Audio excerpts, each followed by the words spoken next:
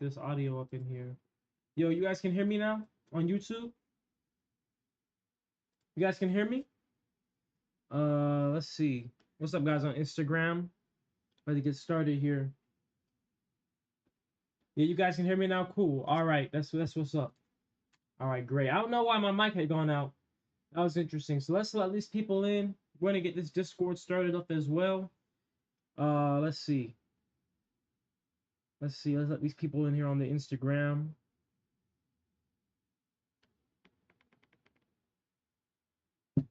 To jab me with some nature, pause. Yo. You're funny. What's up, Alex, on Facebook? You said you're scared of the government? Nah. What's up, man? Yo, what's word? What's good? What's good? Good to see you. What's good to see you, brother. Hey, I seen your videos, and I like to say thank you. On behalf of the human race, thank you. Hey, man. You're welcome. Stay blessed, bro. Stay safe. I love what you're doing. My question is, though, like, I kind of don't understand how it all works, per se. Like, I seen it. I'm not a scientific guy, though. You know what I mean? Right, I understand. Okay, so you want me to break it down the basics? All right. So here's how it is, right? Think about plastic as the solid form of crude oil. So you know like how ice is a solid form of water, right? Yeah. Think about plastic like the solid form of crude oil. So since plastic is a solid form of crude oil, that means that everything that's in crude oil is in plastic. It's just a matter of extracting it out. Just like how you can turn water or ice into water then steam, that's kind of like what we're doing here in this reactor. So what ends up happening is we put it in this chamber, right, where the microwaves heat the plastic, but there's no oxygen in that container. Since there's no oxygen, once the heat hits the plastic, it can't catch on fire and burn because a fire needs oxygen to exist. Yeah. So since it does not catch on fire and burn, it instead ends up distilling, as it's called. And what that means is basically the components of the plastic end up breaking down into their basic chemical parts. So it's when it breaks down into vapors, it's no longer plastic vapor. It's now completely undergone a permanent chemical change, and it's a completely different product. Crude oil vapor. So we basically are reverse engineering it because plastic came from crude oil to begin with. Oh, it's like a sponge then. We just extracting the water out. Yeah, in a sense you could say it like that, but it's more of, instead of like pulling the oil out of the plastic and like leaving plastic behind, we're completely destroying the plastic to extract what's in it. So it's no longer plastic by the end of the equation. But every single product we get out of the reactor, the carbon, the gas, like the natural gas, and then the liquids, all those things are completely different products from plastic. There's not a trace of plastic in those things left because those can only be formed when the plastic has been completely chemically changed. I have to think about it like this, right? If you take a piece of wood, right, and you burn that wood, would that smoke coming off of the wood still be wood, or is that a different product completely? It's a different product completely, exactly. So that's essentially kind of the same thing we're doing here. Of course, we're not burning the plastic, but we're completely changing the chemical makeup of the plastic and returning it to something that's no longer plastic anymore. So that's why this process is amazing, because unlike recycling regularly and turning one plastic to another plastic, you're not going to have any microplastics from this process because you're completely destroying it. And then just giving us pure crude oil. Well, it's a mix of many different oils together, but you can purify it, right?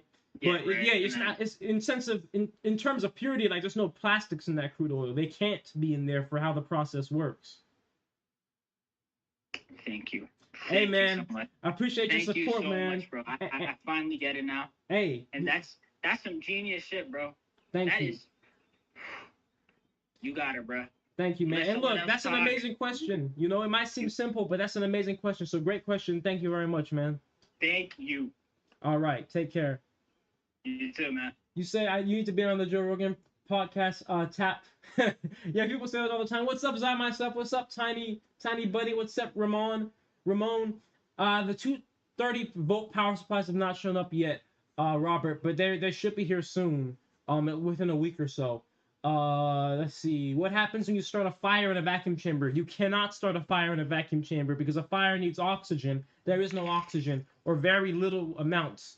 Khalif Wartman, thank you for the $2 donation on Cash App with the fire emojis. Much love to you, man. All right, let's yep, exactly, Juan, on the Facebook. We're taking plastic back to its original state. Carbon while also recovering the petroleums in it. So it's just chemistry. What's up, Michael Simbird on Facebook? You say you're definitely onto something. Juan also said for modification to your auger system, you can add a support with relatively thin rebar on the back end of the mechanism, or even running it vertical against the auger. Yeah, there's a lot of different modifications we can do to it. You know, I'm still trying to figure everything out. We're also gonna get this Discord started in a second here, guys. Let me let somebody else in on the Instagram, and we're gonna get this Discord started too, so that way you guys on the YouTube can come in. I'll put the Discord link in the YouTube as well. Let's see. What's up? How you doing, man? Hey, man, I'm doing amazing. What about yourself? Yeah, I love what you're doing, my guy. I love how you turn in plastic into oil. Hey, is it like dangerous to do what you do? Like this, like, cause I know like people made the water powered engine and stuff, and they killed that guy, and like they're dropping it now. So like I don't want anything bad to happen to you. So like, is it like, is there like anything bad that can happen to you from like making this oil? Or, like the government doesn't want you doing? I would say that here's the thing, right?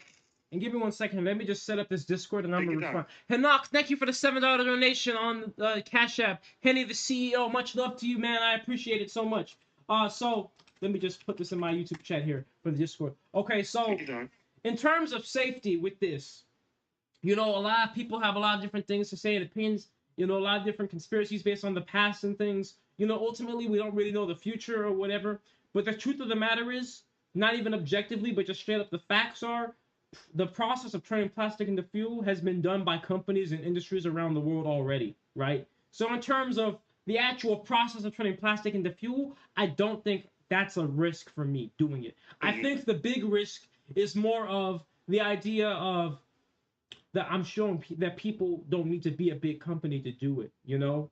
I'm doing this as an individual in my backyard, and think about it, right? Like when it came to oil, we always, since the beginning of time, we're like, oil, we got to go to war for it. Oil, we got to rely on the government for it. But now I'm saying you can make it in your backyard. That might be too much. Chanel V, thank you for the $5 on Cash App. So you got to think about it, right? That's kind of a paradigm shattering mindset right there, to think like taking the power, like you have the power as the individual to do these things. You don't have to do all these crazy things we've been doing in raid nations and stuff for this oil. We can literally make it out of our waste. So that might literally be the true danger that comes from this.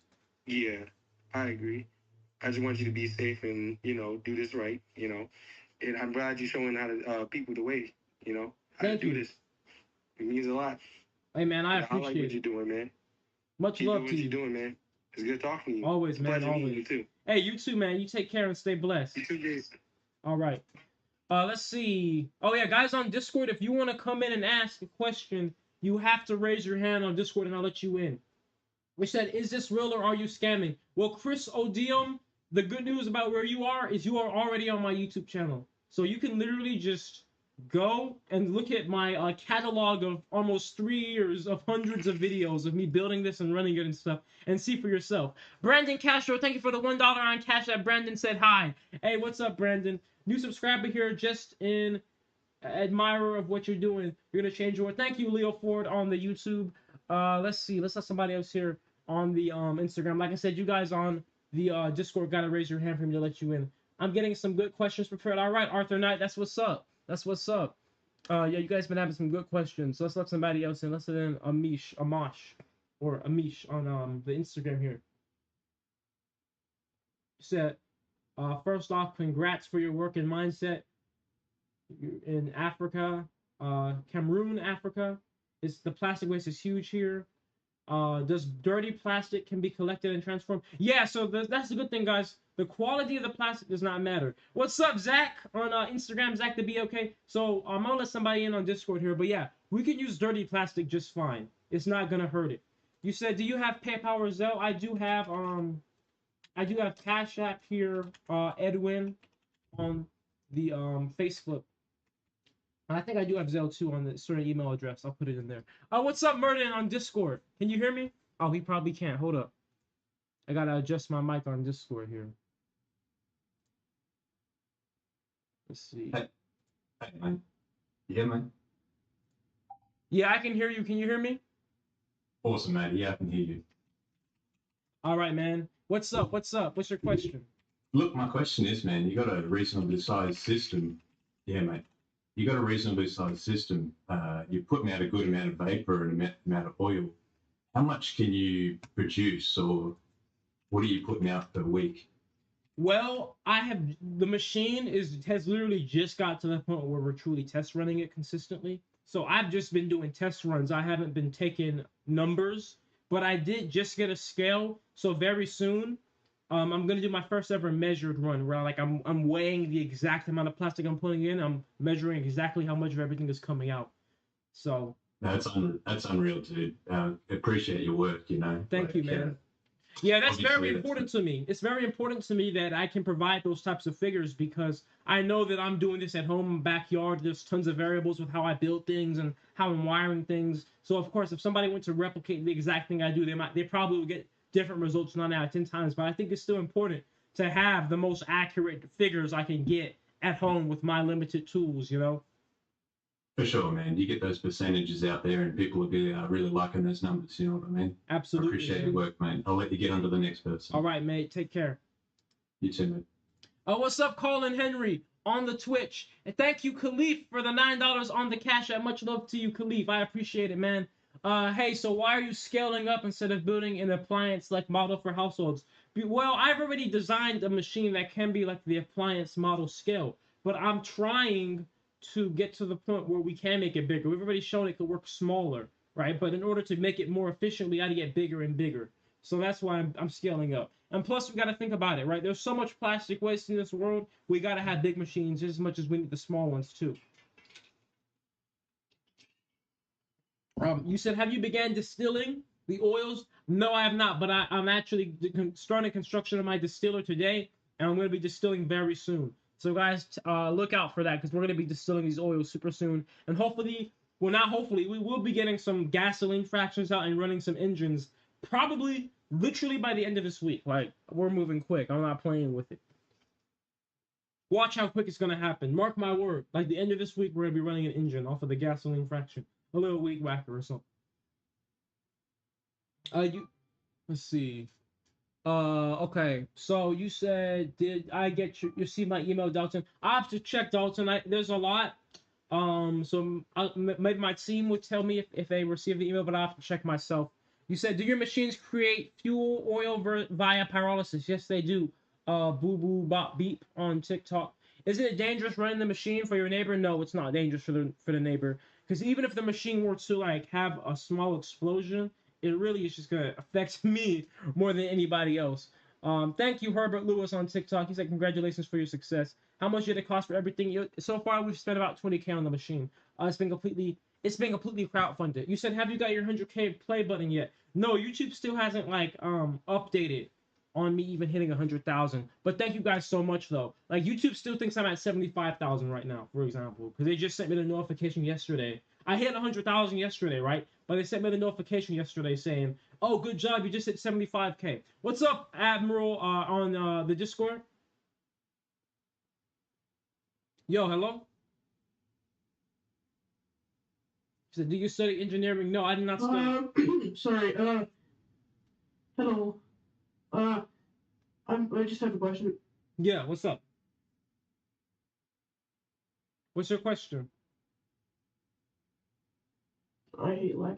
1 second. So with the microwave pyrolysis reactor, how does how do you use the microwaves with it? Because I'm just confused. Okay, so I take parts out of microwave ovens. So the part in a microwave oven that produces the microwaves is called a magnetron. I take the magnetron out and I take out all the things needed to power the magnetron, and I literally just mount it to my reactor. So I basically made a gigantic microwave oven.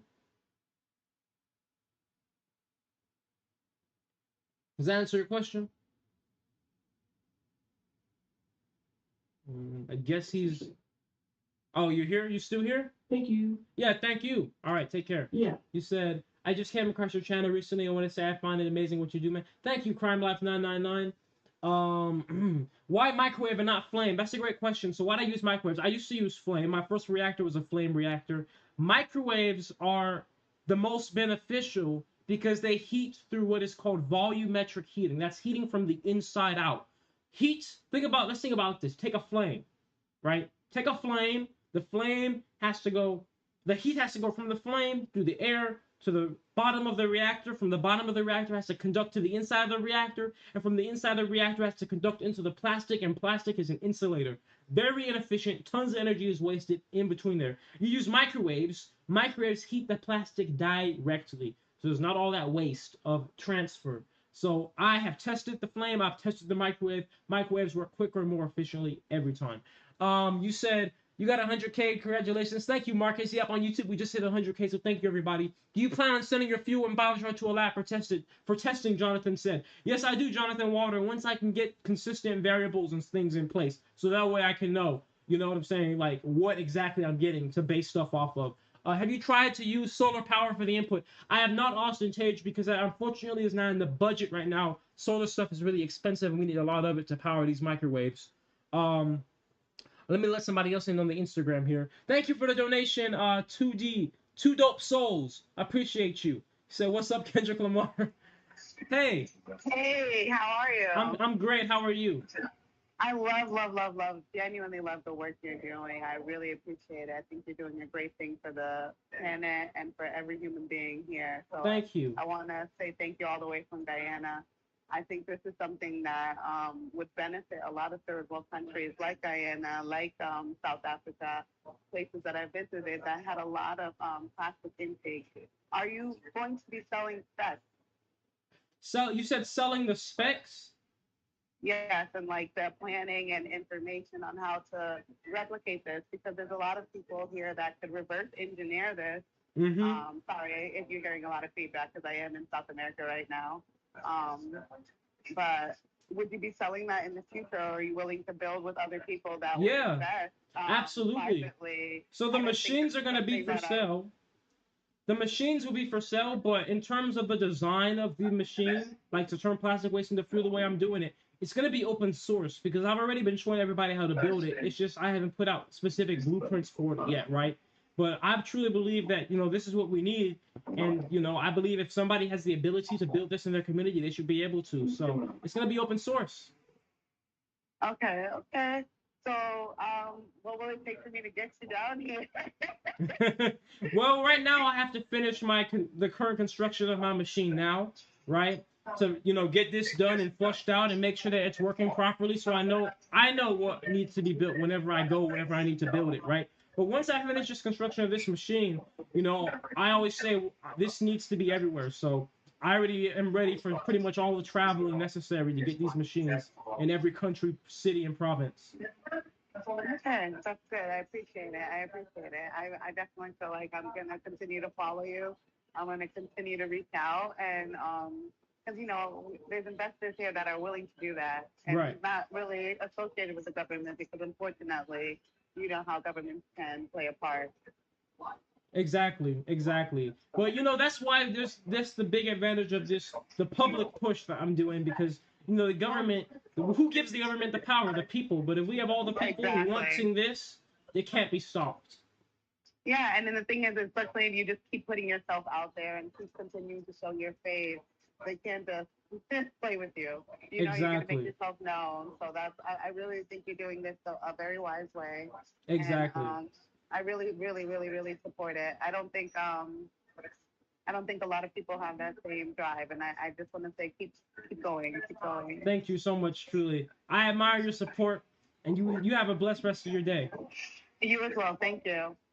Oh, we got a badge on Instagram. I need to see who from. Let's see if I can find it. Oh, here we go. Zeppelin, thank you for the badge. Zabata on YouTube said, I mean, what's the point? You physically cannot gain energy from it. In addition, there are other ways of recycling plastic which are more efficient.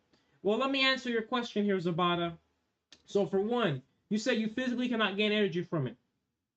So I guess by gaining energy, you must be referring to like getting more energy than the amount of energy you put in. Well, here's the thing. You said physically as if it'll be breaking a physical law to do such. However, the truth is this.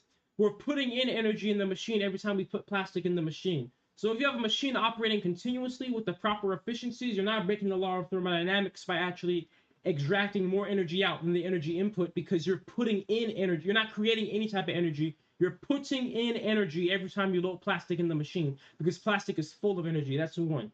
Two, you said there's more efficient ways of recycling plastic. Name one other form of recycling plastic that truly destroys it and gets rid of it. Not turning it to another brick or another plastic bottle, because all that stuff pollutes tons of microplastics everywhere in water. And when it breaks down, what are you going to do with it then? When you make your sunglasses out of plastic from the ocean plastic, what happens when you throw those sunglasses away? Oh, it's just ocean plastic or landfill plastic again. So give me one other form of plastic other than incineration, one other form of recycling that truly gets rid of plastic at the source and will not make it a microplastic. I don't know of many other methods. So you say, what's the point?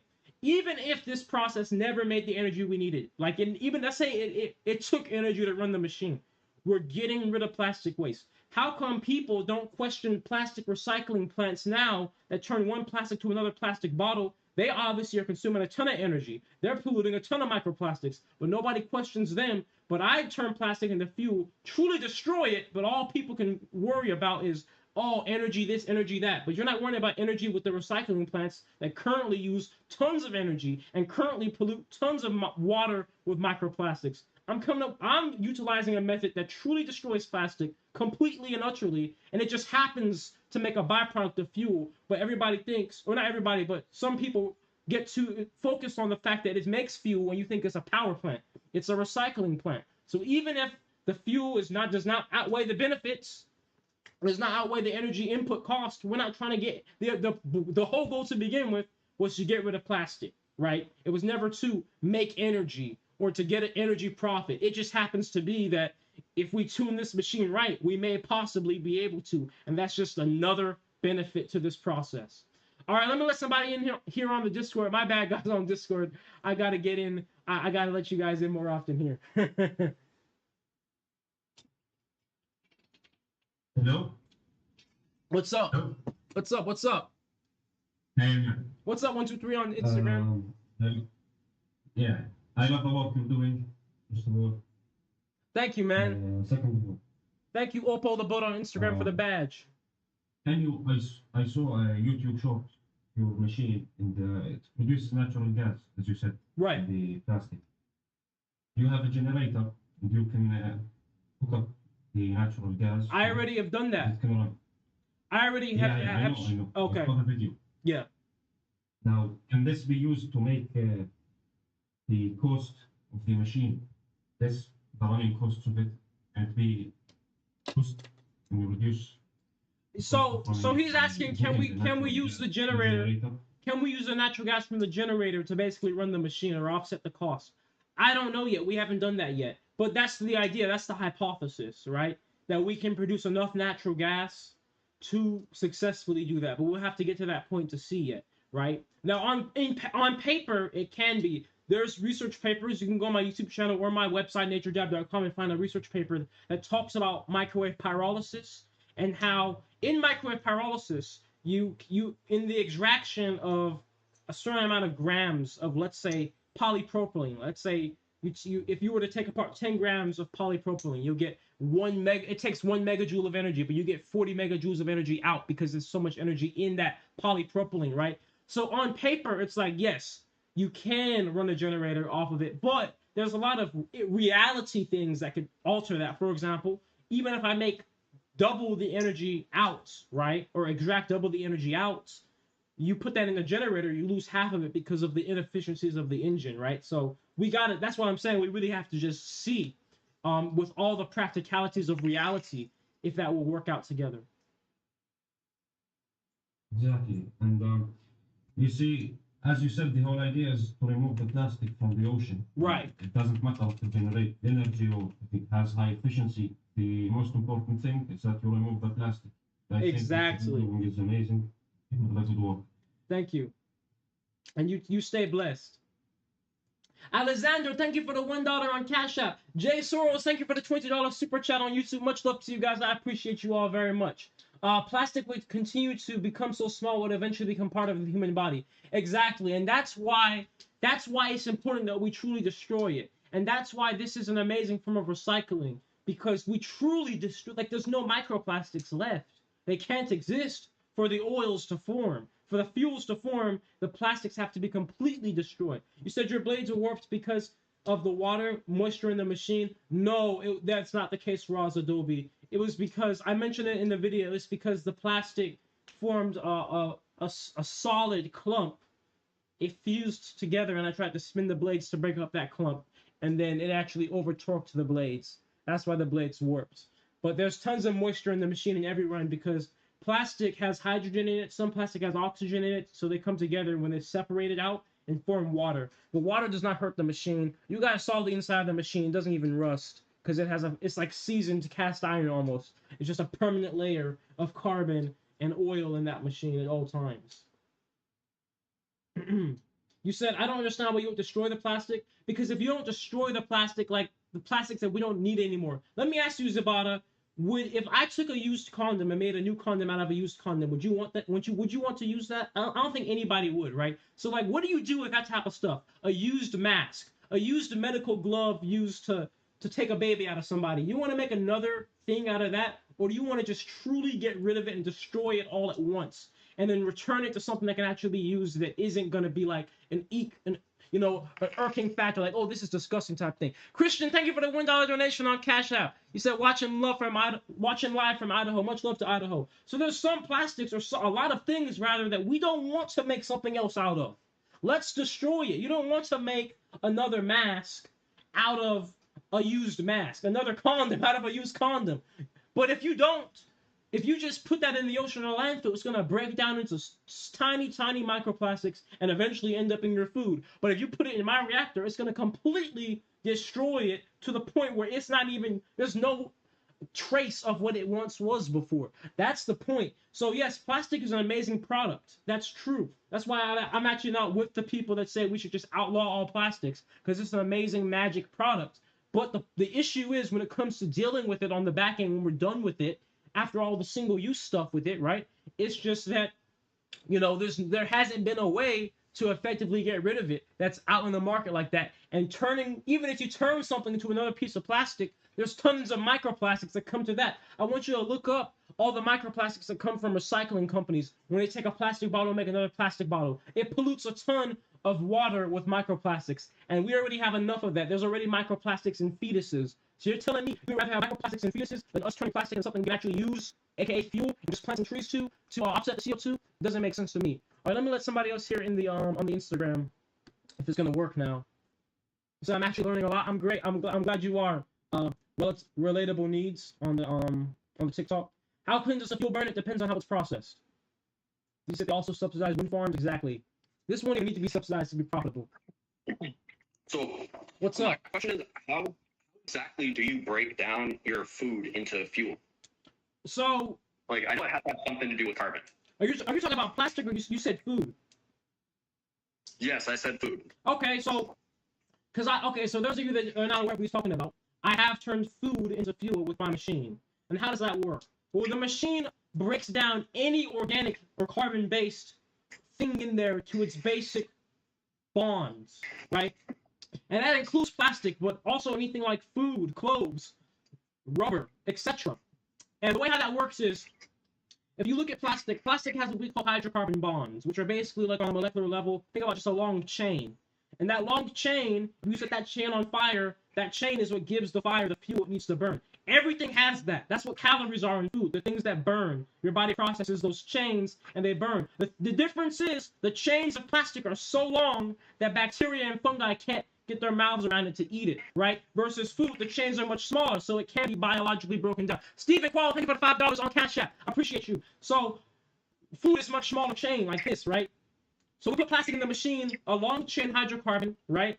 A lot of energy, a lot of fuel. The machine breaks it to a smaller chain hydrocarbon, chops it, okay? When you chop, so think about it, plastic is a solid, okay? Solids are the most dense thing. When that solid is chopped, guess what? It becomes less dense. What's less dense from a solid? A liquid and a gas. We get liquids and gas from plastic. You take food started off small to begin with, okay? The bonds of food are already small. So when you chop that, it gets so small that it really is only natural gas. Because let's say plastic is this long, right? We chop it with the machine. We chop the bond with the heat of the microwaves to like this. This is the liquid. Liquid is like it's less dense than a solid, but it's also more dense than a gas, right? So, and then it chops again to the vapors. Food is already this small to begin with, so we can't really get liquid fuels out of food because it's already such a small bond to begin with, right? So you chop that food and all you're gonna get out is natural gas. So if you guys remember my video I made almost a year ago now, or over a year ago, I put food in one of my reactors and all we got out was natural gas, and that's why.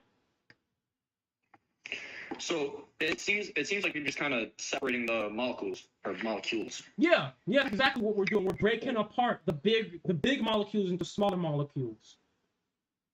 I think what you're doing is really cool. I've been into like hydrogen generators and stuff like that since I was young. I actually never knew I could do it with plastic or food.